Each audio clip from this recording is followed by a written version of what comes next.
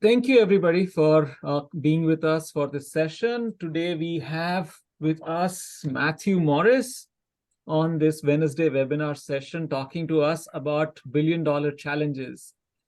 Let me first give you a very brief introduction to Matthew. Matthew has an amazing CV, great accomplishments, and multiple billions of dollars of, oh, thank you for this slide. It helps a lot. So multiple billions of dollars of projects and project plans at a meta level rather than just at the project level, which he has been involved with. Some key things about Matthew. Yes, he's been with IBM, General Dynamics, working with federal government and many different areas. But an interesting thing, Matthew has tried his hand at being an adjunct professor, and he has a keen interest in developing the next generation, and which is why he's sparing some time for us. A very interesting thing is Matthew has a very interesting relationship with Raj. We don't talk about that. Sorry? We don't talk about that. Where, all of us, again, I'll just let it stay at there. But if any of you attendees want to know about that and see how all of us benefit because of that symbiotic relationship. Well, I'll step in. I'll step in and expose the reality of it. For those of you who don't know, Raj sold his house to me 2 years ago. And I am literally sitting in Raj's old office with the background that he would sit at for many, many years. So we've maintained a friendship, and typically, you sell your house to somebody, you don't become friends. But he has a history here in the community, but he also has mango trees that he planted many, many years ago, and he comes back to pick the mangoes, and the benefit to me is that his wife, who is a 5-star Michelin chef with Indian food, cooks me some of the most amazing Indian food that you will ever eat. And if you ever get the pleasure of having one of her dishes, I promise you, it's kind of life-changing. But that's kind of why we started the relationship, and now we kind of work together to help others, and I'm happy to be here to share that. What you see in front of you is my CV. There's a lot more to it. The reason I put this stuff down here is because I wanted you to understand that I come at this from somebody who has relevant experience managing large programs. When I say large, I mean really big programs, billions of dollars. And also clarify that the posture I'm taking is that of somebody who's actually responsible for the management of it. Oftentimes we find in these really big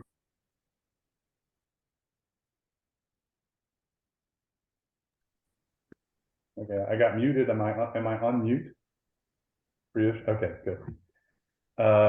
Oftentimes in these really, really large programs, you'll have a program executive or a program director, and that individual is more of a client relationship, trying to hunt down new business and making sure that customer sat's very high. So, we call it running around, shining the customer's shoes and asking what more can we do. That's not the posture that I'm coming at this from. I'm coming at it from the person who's typically right below that, who's responsible for all of the operations of that program and making sure that it's delivered, on time, on budget, and within scope. Okay, so I'll clarify that. And by the way, and friends, you're welcome to interrupt me at any given time. I'm happy to take questions as we go. If you've got questions or if you have comments, if you want to add to it, nothing is off limits. Speak freely. I am unafraid to tackle difficult challenges. And you're encouraged to disagree with me.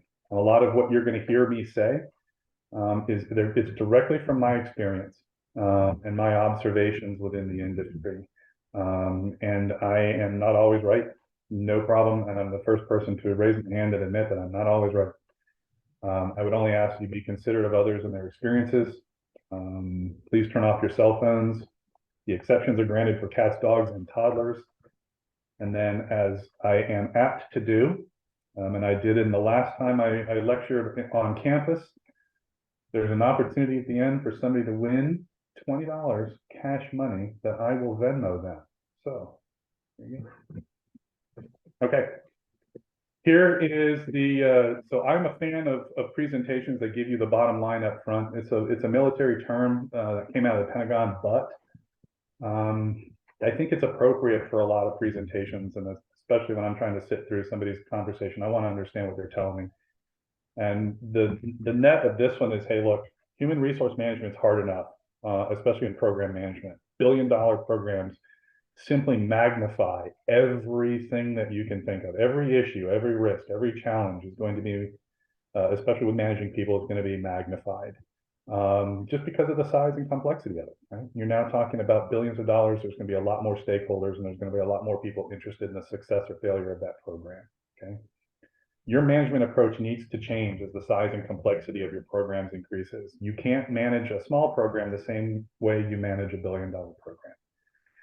I would argue, this is, again, this might be controversial, but I would argue that you will likely not succeed if you spend your time focused on the technical solution. Okay, when you're at this level, in my experience, that you're spending 80% of your time managing the human resource aspects of it and communicating, then you are necessarily focused on the technical, because your technical team is going to do that for you. Okay. So a successful manager on these billion-dollar programs is going to be focused on some leadership principles. I've included 4 here. I think there are several more. I didn't include them. Simply time, I think, is one, and I wanted to prioritize them. Maybe you might think that some of the others, and I'm sure we'll talk about them, needed to be prioritized, but these were my 4. Okay. Bottom right of the screen, I wanted to point out, hey, look, according to PMI, 30% of project teams are composed of just 1 to 5 people, 40%, 6 to 10. My experience is on billion-dollar programs, you're averaging 200 to 500 people. So we are talking about orders of magnitude larger. And so all of the leadership principles that you employ or deploy will need to be deployed with that in mind. I wish that number was less of a variance. This is that last one is just my average that I've been working with. I tried to think of what was the average, and I've had some billion-dollar programs that was only 200 people, and I've had some that was 500 plus. It's really hard to tell once you get past about $500 million. Any questions so far? Okay. 4 leadership principles on managing those billion-dollar programs. For me, show no fear. Tap into your empathy, trust but verify, and communicate honestly and candidly. Karen Dove, who I don't know if you've ever had a chance to hear her speak, she's the PMI Education Foundation on the board of directors. And when she speaks, I tend to listen. And she has a great quote there, but the net of it is, the hard skills, you're going to have those, but those power skills, what PMI calls power skills, are going to be way more important in your success on these larger programs. In the past, you might have thought of these as soft skills or traditional skills, but these are skills that you're going to have, and leadership principles you're going to have to employ on these billion-dollar programs. So let's talk about those 4. Well, let me ask you a question. I'll pose it to the group. What other leadership principles might you add to this list?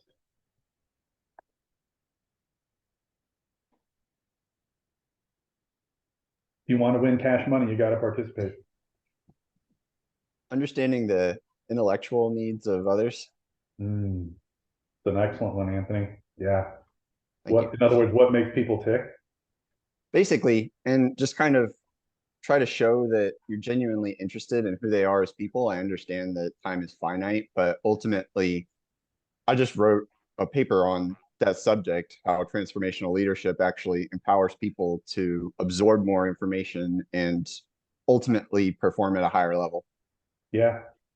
Yeah. So then, the challenge I think I've faced is, where do you draw the line on how far you try to figure out what makes that person tick on a program where you've got hundreds of people reporting to you? Right. Yeah. And that's kind of the art Exactly. science debate. Yeah. Yeah. There's no right answer. Okay. Well, we're always coming to a compromise. And I mean, this country was built on compromise. So we're Right. going to have to get better at that. Well, and also understand, and this gets to kind of tapping into your empathy, but just tapping into and understanding who you are as a leader when you come in to manage something really big and complex. Right. Yeah. You have to have a foundation in order to build a house. Right. But some people, Anthony, and some managers, some leaders are able to compartmentalize and be able to understand what more people on their team, what makes them tick versus me, where I know me, and there's only going to be a finite number of people that I can actually be able to grab my arms around and understand what makes them tick, just because of the way my brain works, right? I understand. So that's kind of like the greater good argument. Yeah, it could be, yeah. Or just realizing that I'm not the smartest guy in the room, that there's other people who are super smart and really good leaders, and I'd look to somebody else to be able to help me understand how to tap into the entire team. I wholeheartedly agree with you. Yep. Okay. Any other questions? Any comments? Any other? Yeah, this is Tom. One, I think commitment to the deal. Ooh, good one. Yeah. Yeah, Tom, that's a really good one. Because if you're not buying in and it's $1 billion program, you probably don't want to take it on as an opportunity to shine. And you have to bring two or multiple parties together. But your job as a program manager is to make it happen. And so you got to be beyond any commitment to any one party. You have to mostly be focused on getting the deal across the line. Yeah, good one. Yeah, that's a really good one. Any others? All right. So let's get into some examples here. Show no fear. Couple of things that you may or may not understand, or you may not know. Program managers on $1 billion programs, they don't last long. And that's a reality. And often it's because there are unreasonable stakeholder demands. Program managers at that level, they are really caught between a rock and a hard place on that. And I've seen people excused because they're too good. And that's a whole separate discussion about the enlightenment of stakeholders. But in this case, to me, the most successful PMs on these programs aren't afraid to use no as an acceptable alternative. It's my personal belief that our entire society has gotten away from the use of no as an acceptable alternative, to our detriment across society, but it's even worse on programs. We have this culture now where we just have to accept everything and go, yeah, we can do that. Yeah, we can do that. Yeah, we can do that. You know what? No, you can't. You can't do it all. And on $1 billion programs, they will find those weaknesses faster than on the smaller ones. Okay. Program managers who are afraid of getting excused, right? I call it fear-based leadership, are managing their emotions and not the risk. And there's a over here, the disadvantage of fear-based leadership. I mean, there's nothing over here that's good. Pauline Ziegler put this together in a Best Diplomats article, and I pulled it because I think it's I have this printed out over on the other side of my office. One of the reasons I've been successful, and I'll talk about the Office of Budget and Planning as an example of this, is because I simply am not afraid to get fired. And I'm going to manage the program or manage an effort without that fear, right? So, yeah, I'd be curious as to, before I talk about the Office of Budget and Planning, I'm curious as to, do I get an agreement on that? And do others find it difficult to say no in today's society?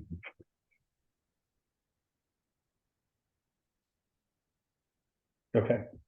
I'll take a shot. Okay. So, yeah, in my experience, you know, the word no is certainly one response, but there's many ways to say no. If you're in Thailand, for example, there is no word for no in the Thai language, but we have not yes. Yeah.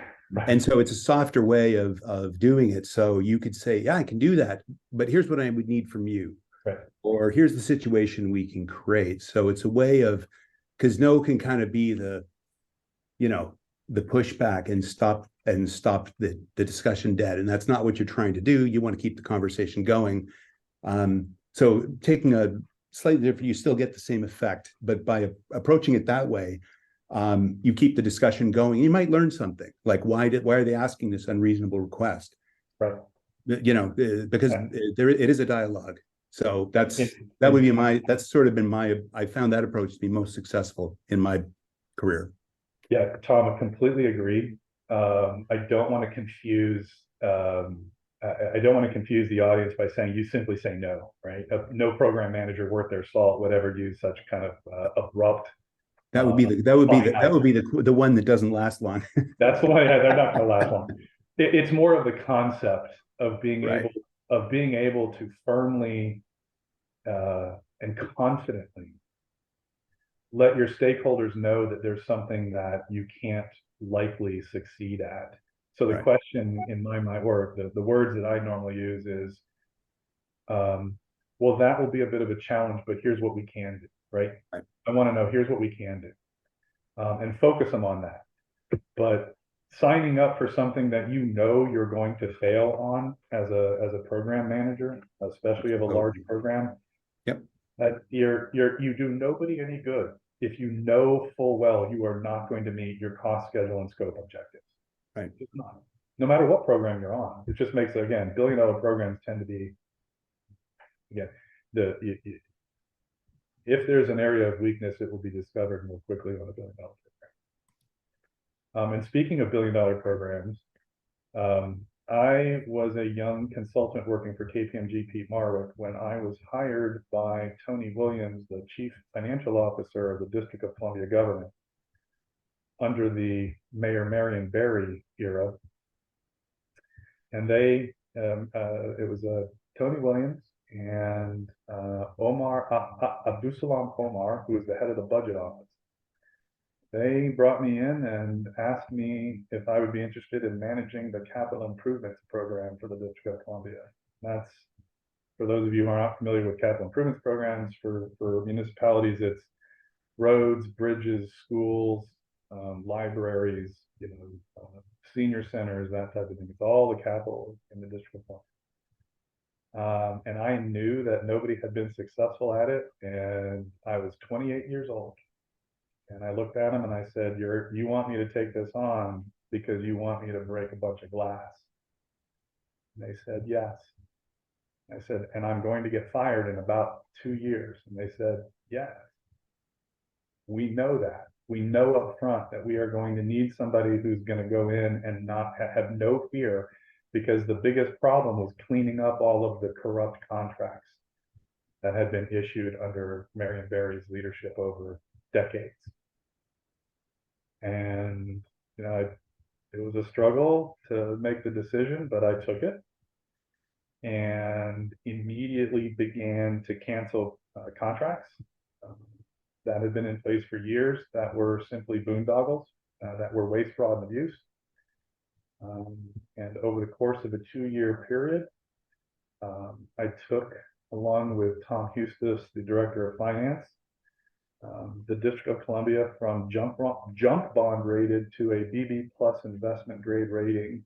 And that has never been done in the history of any other municipality in our country.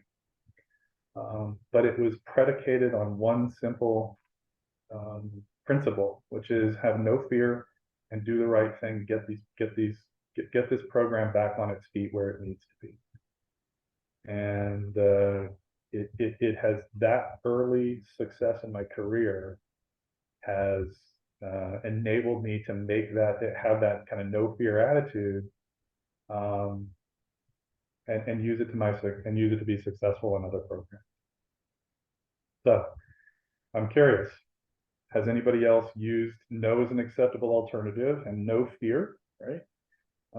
To manage their programs. Any examples that you have?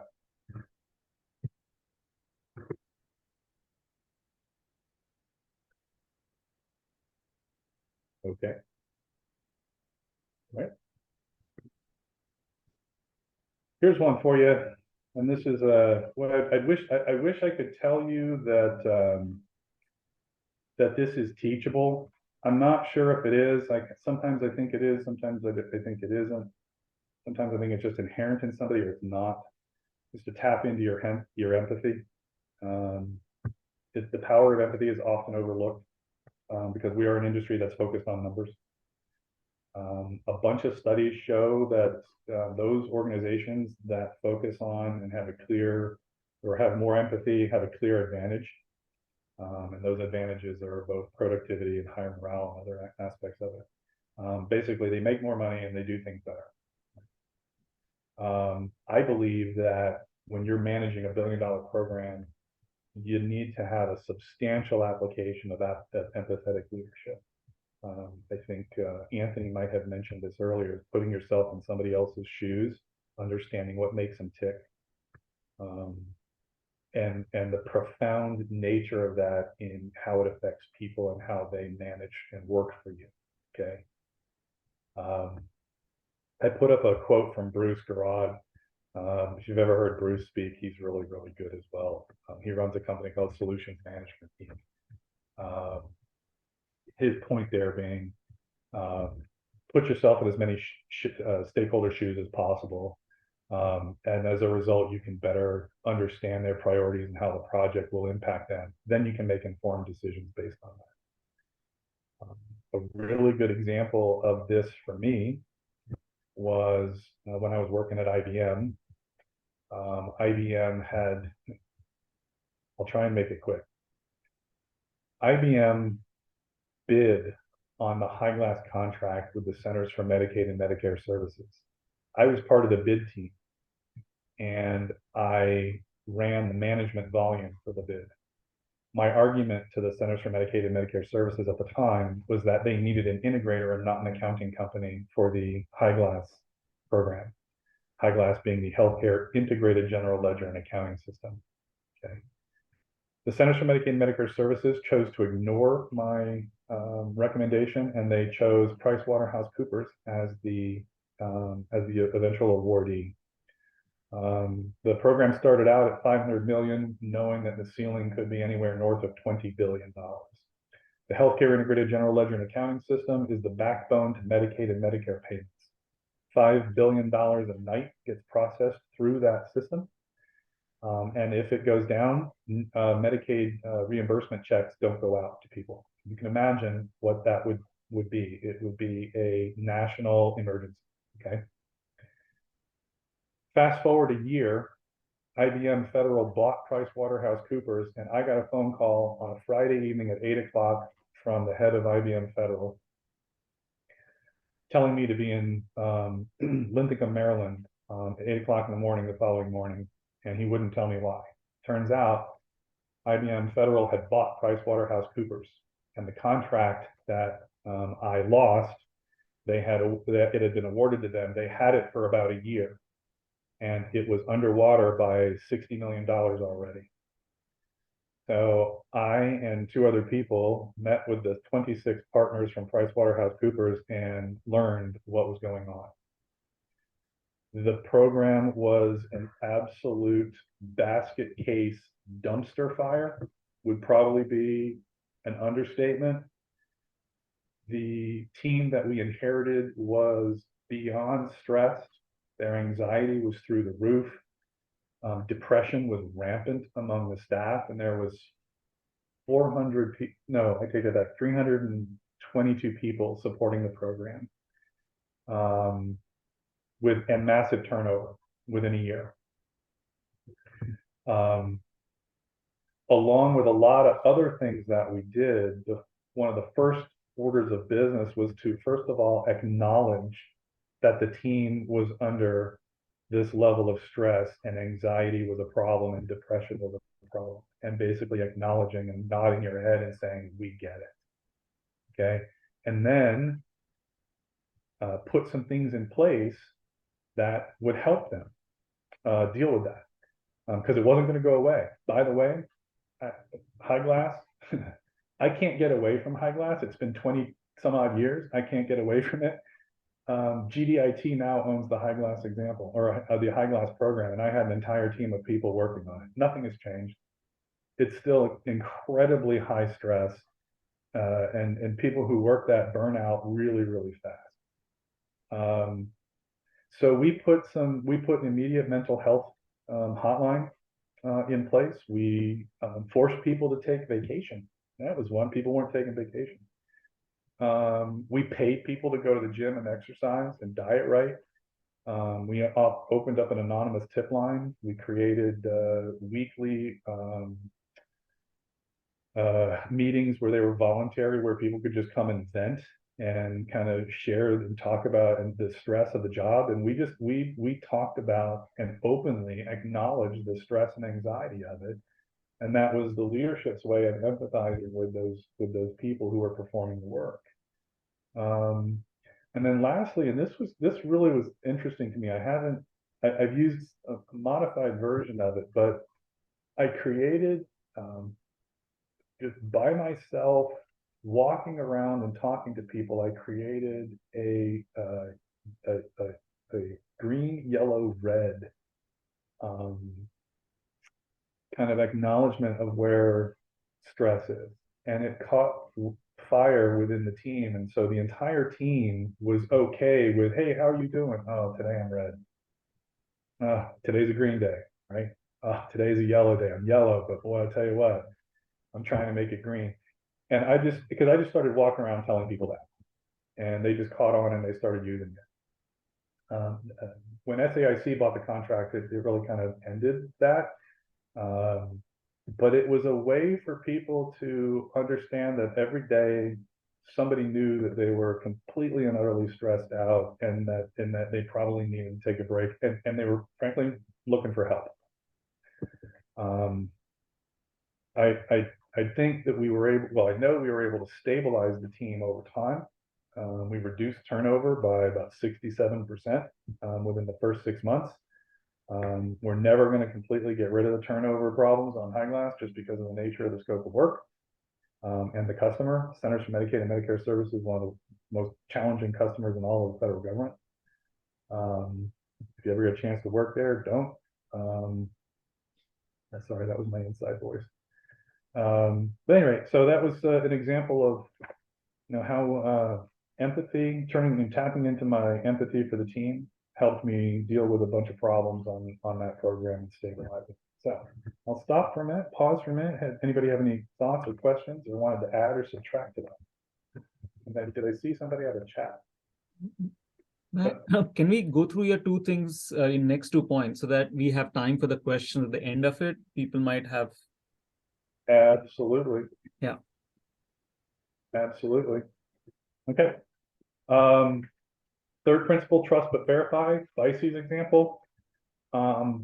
This one's tough, guys. You have to rely on your management command chain. But on a $1 billion program, that's a huge chain. You're not going to be able to review every deliverable or work product. And it's been my experience that, and I've been caught, look, spectacular failures a few times on my end where I wasn't validating the quality and timeliness of deliverables and work products. And so over the years, I've learned to periodically verify deliverable quality, and I use multiple methods to do so. The Battlefield Information Collection Exploitation System was one of them. We're talking about 500 plus people, 277 different individual project files that are feeding into an integrated master schedule. And across, I want to say 152 different geographical locations around the world. I inherited this program at GDIT, my team did, and it was, again, a basket case. Notice the trend. I keep being asked to fix lots of large programs. There was no single view of the program available. We stabilized the cost and schedule baseline. We were able to put a dashboard in place, but we didn't validate the 277 different project schedules and the deliverables that were coming out of them.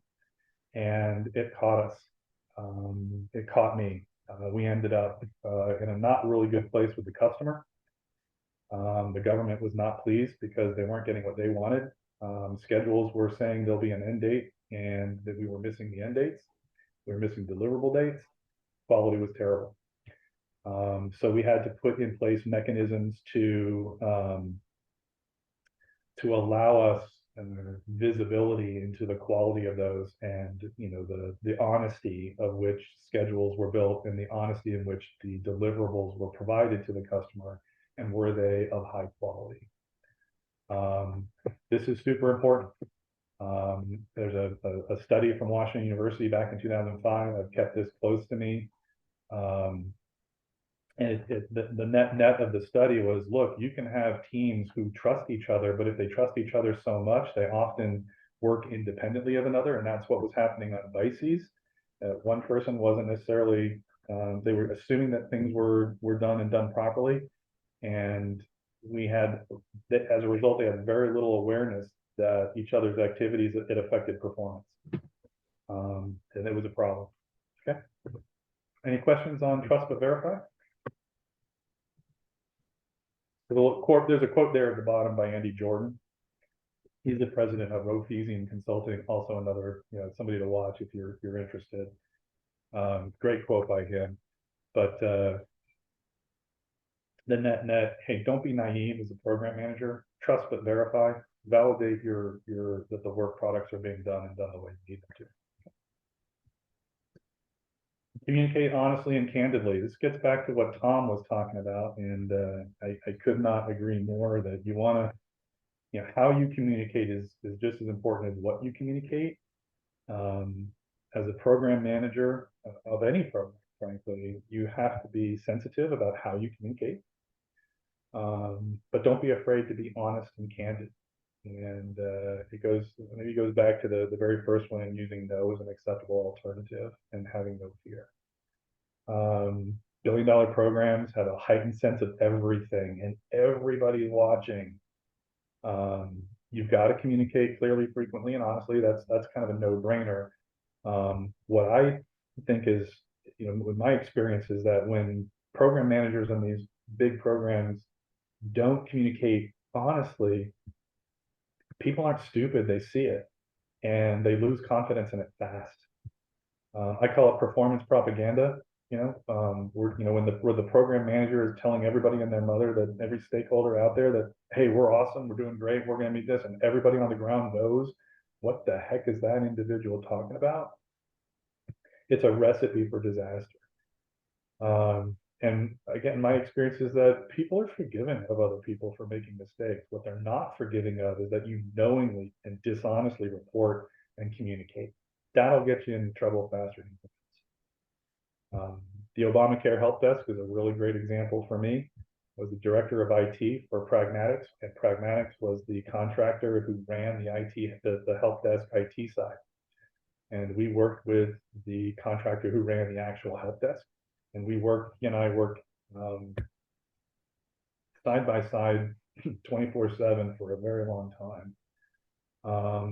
And I think if those of you who can recall when the Obamacare website was launched, what an absolute disaster.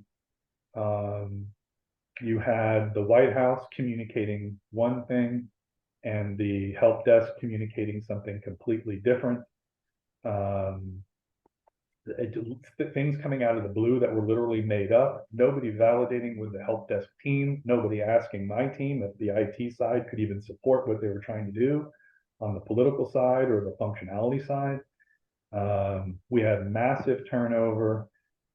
Nobody wanted to be there because, again, the communication that was coming out of the program was not honest and it was not candid. As a result, my turnover was, I want to say I calculated in the first year, it was 52%.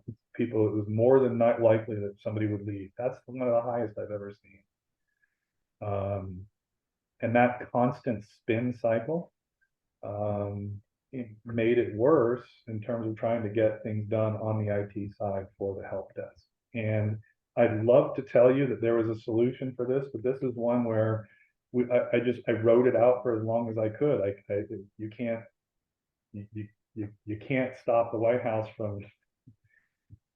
from saying things, and they would, and you'd see it on TV and go, wow, I didn't know that. But there wasn't really a solution here for it was one where I wrote it out and ended up, leaving pragmatics to go do something else. But that was probably one of my more frustrating large program management stuff. So on the right there, I lifted some things from Simon Stapleton over at Truthsayers. I butchered it a little bit, I'll be honest.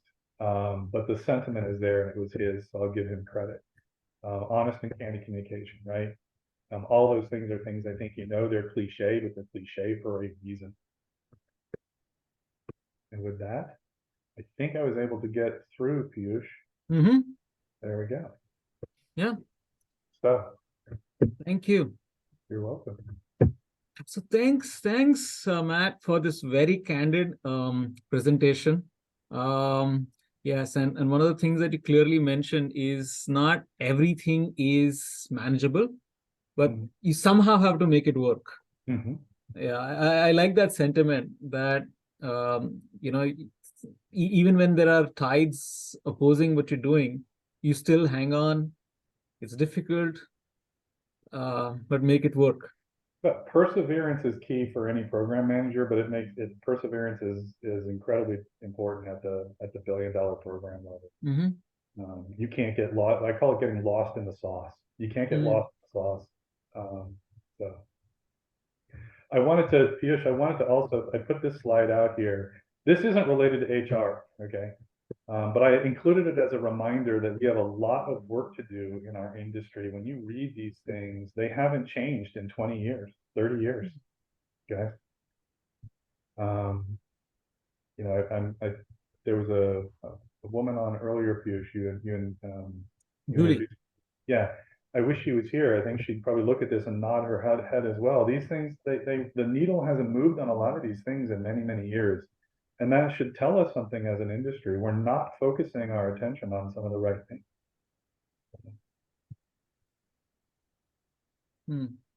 Yeah.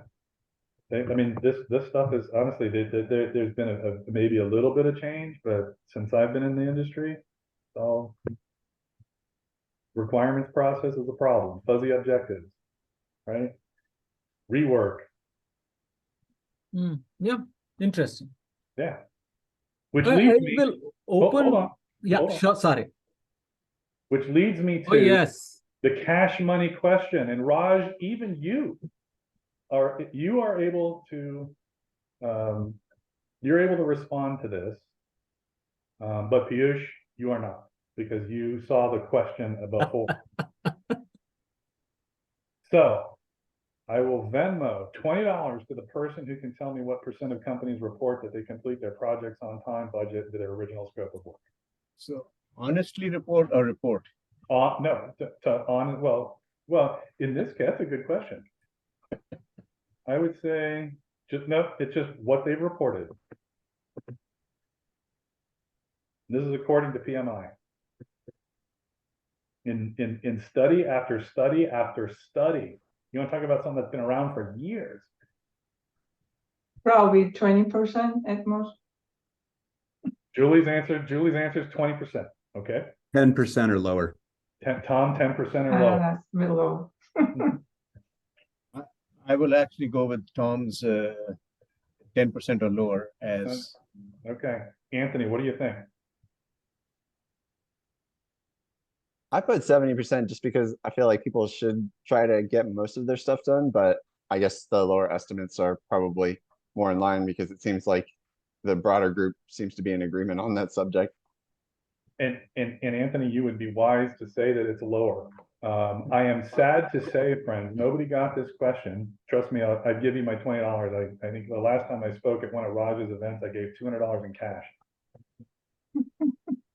2.5%. 2.5%. And that is consistent with what it has been for years. 98% of projects especially IT projects, fail to meet their original objectives for cost, schedule, and scope of work. That should tell you something as an industry professional. When only 2.5% of companies will report that they actually met their objectives. We aren't doing some things properly, friends. I would argue that it's estimating, and I would argue that it's cost and schedule management, but and requirements management. Those four things. But there you go. 2.5%. Look it up. Interesting. Now, questions and answers. All right, questions. We are open. Well, this is Dr. Meso. My question is on the front end of managing large projects. Could you speak from your experience about the onboarding and recruitment process, building the teams to make such projects successful? Peter just put a hand grenade under the table and pulled the pin. Peter, finding high quality project management professionals is one of the things that contributes to the fact that our industry struggles to meet its objectives for cost, schedule, and scope control. I literally, in my small company that really can't afford it, but does anyway, hired a full-time talent acquisition manager because that's how important it is to get the right people and recruiting the right people into projects. It's incredibly difficult right now. The marketplace is, it's incredibly tight. People are expecting salaries that are oftentimes unreasonable. And you know, you're not getting the right resource to fill the right role. Part of that is because there are only a handful of places that you can get a degree in project management, but then also where you're taught how to do estimating, cost engineering, and schedule management. You can't go, there's that I know of. Where can you go to get a degree to be a scheduler planner? Mm-hmm. Where? And yet that individual is one of the 3 or 4 most important people on a program. Estimating. I can't find good estimators. I'll interview people for estimating and I'll ask them to explain the difference between PERT and a wideband Delphi, and they look at me like I'm green. So Peter, I would argue that it's a problem and it's getting worse, not better. Does that answer your question? Yes, it does. Thank you. Yeah, and it is incredibly important. It's economic suicide, by the way, Peter. Like if it's in a small business like the one I'm managing now, we cannot afford to hire people who then leave because either we ask them to leave or they leave, 3 months after we hire them. The economics behind that are astronomical because it costs so much money to hire people. So I begin to understand your earlier sentiments about giving to the future generations and mentoring and molding individuals that will take up these roles. I'm sorry, Peter, one more time. I begin to understand your earlier sentiment that it's good to give back and develop the future professionals. Share your expertise.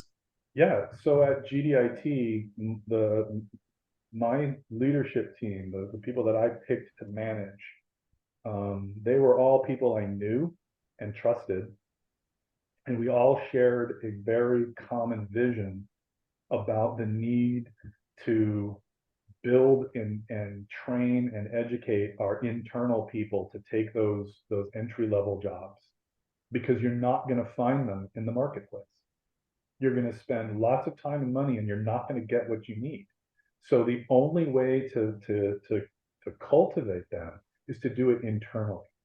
And so there's an entire mechanism set up within HR at GDIT. And I did this at IBM as well, but to a lesser degree. At GDIT, I had a bit more freedom and I was at a much higher level in the organization. And so now that's how they're cultivating their program managers and project controls professionals. Mm-hmm. just bypassing the marketplace altogether and creating their own. Mm. Thanks, It's man. costly. It's costly, but it costs far less to do that than it does to try to hire people Mm. off the street. Matt, this is Pete Rousseau. I had just a quick question for you. And speaking to earlier career professionals and talent acquisition, I was curious, sir, if you could comment on some of the various PMI certifications. Do you feel that these are necessary credentials, or are they really truly valid pathways for skills acquisition? Man, that's a loaded question, Pete. Intentionally. Wow. So in the spirit of open and honest communication, I think they are valuable, but to a degree. I think you need to have them. It's good to study and get through them. I don't think it makes you a high performing, high quality program manager just because you have your PMP. Fair enough. I can. How many organizations have I seen bid people who were business development professionals who literally had to run and get a PMP certification in a boot camp so that they could submit their resume into as a key personnel into a bid? Does that make that individual a project management professional? No, it doesn't. Does it give them at least a foundation of understanding what the program management discipline is and can be? Yeah, it does, for sure. I have mine. I have my PMP. I have some other certs, but I think that the school of hard knocks and life experiences, like if you haven't lived the nightmare of a really bad project, you're just not going to know. Living through really tough projects and programs, man, it teaches you so much more than a certification can. So I hope that answers your question, Pete. Thank you for the candor. Without being too political. No, thank you for the candor, sir. You're welcome. My pleasure. Other questions? Thanks for the questions. Yeah, other questions, please. Just had a comment. I had published in PMJ 2009, and it has one of the important factors, which is organizational culture. And then, of course, later on, I studied also a little bit in project type. But I'm sure that when you mention IBM, we know that IBM has a very structured culture. So, and you compare to other organizations or platforms, and of course, respect to the project type. So things probably a little bit different, but I just want to get your view on, how much differences or how many differences like you see from organization to organization respect to that. Really good question or a good conversation. It's been my experience that even not only are industries very different. So construction has a culture versus consulting and financial management services, for example, like KPMG did in bank regulation. Not only within each industry, there's going to be differences, but even within the industry, the different companies are very, very different, and the cultures are very, very different. And most recently at General Dynamics has multiple business units. I worked for the GD IT business unit, but there's GD Mission Systems and there's GD Bath Iron Works, and GD owns Gulfstream airplanes, and these lots of different business units. And within those business units, they're very, very different. And the culture of program management is very, very different. So for example, GD Bath Iron Works that makes ships for the Navy up in the Northeast, very blue collar, not focused on program management, versus Mission Systems, which is building drones and combat equipment for our soldiers. They were mission-driven program management culture, and that they had almost all their programs had EVM requirements on them, and they were laser focused on that. And there's a guy named Tej Sulana who runs that group, and he was absolutely laser focused on the program management side. Huge differences. I seek out those when I'm looking for opportunities, I always assess the culture of the group or the organization before I take on programs or join an organization. I highly recommend you do the same thing, because you can find yourself in a situation that you looked at the opportunity, thought it was pretty cool, but then, you know, this just doesn't feel right. This isn't the type of culture that I want to be a part of. Right? I worked at KPMG Pete Marwick back in the 90s, and I can tell you that the partners who ran that company at the time, they engaged in behavior that was just, for me, professionally and morally despicable. And so I left. And I swore that I would never manage the way they did. Thank you. Yeah. We are about to close. We are over time, but I'll take one last question. And I'm sure we can communicate with Matt through emails or whatever means after this. But I'll take one last question if anyone has it. We're already 10 minutes, 11 above time. I had a quick question. Go ahead, Stephanie. I just wanted to know if you had any systems in place that you personally use to recalibrate on projects, for example, knowing when it's necessary to be flexible, or if you're noticing that efforts aren't fruitful. How do you balance, how do you find that balance while making sure that you're still on task, the ultimate goal? Geez, Stephanie, between you and Pete, I'm not sure what I'm first of all, there's no right answer to that question. I think it's a risk-based decision as to what types of actions you take to recalibrate a program. And when you recalibrate the program, if clearly if you're, and we're talking about billion-dollar programs here, but let's just bring all programs into the mix for that question. If you've got a program that's 6 months long and it's $10 million,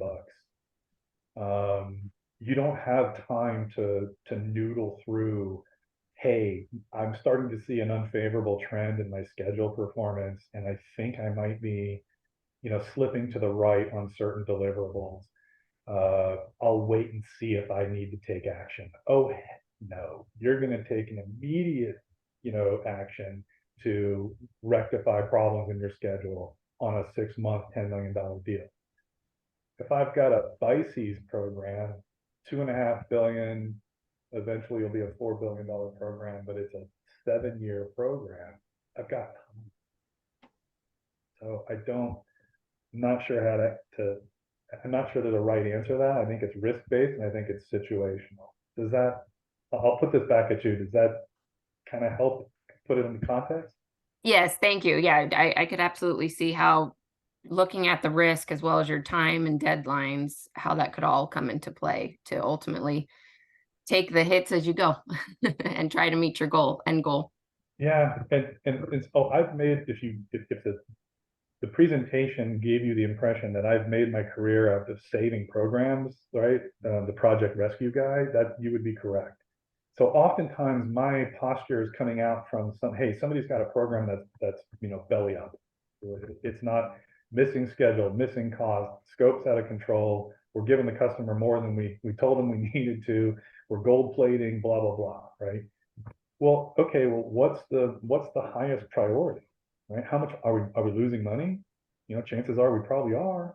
How much? What's driving that? Is it the schedule, right? Is it the gold plating? You're going to ask yourself those questions to come up with, okay, where do I spend my time and energy to fix the problem? So what's the number one priority? Hope that helps. Yes, thank you. I will have to step in, and I know this is an interesting discussion, and I'm sure a lot of you have questions, but we'll figure out ways to connect with Matt alternatively. Thank you, everybody, for being here. Thank you for giving us your time. Thank you, Matt, very much. First of all, understand you've been very busy, lots of things happening in this era, but Thank you for sparing this time with us for the preparation talks. There was a lot of time. We hope we can engage with you more and try to create more programs or have you in our classrooms or whatever ways we can do that. And to the rest of the audience, again, thank you. We will keep organizing. We restart this year. Every second Wednesday of the month is when we organize these webinars on very varied topics in supply chain management. Thank you for continuing to join us. Please motivate your friends and other colleagues at your workplace from joining us. It's nice to have a larger audience. So thank you, everybody. And we look forward to seeing you on the next second Wednesday of October. Thank you.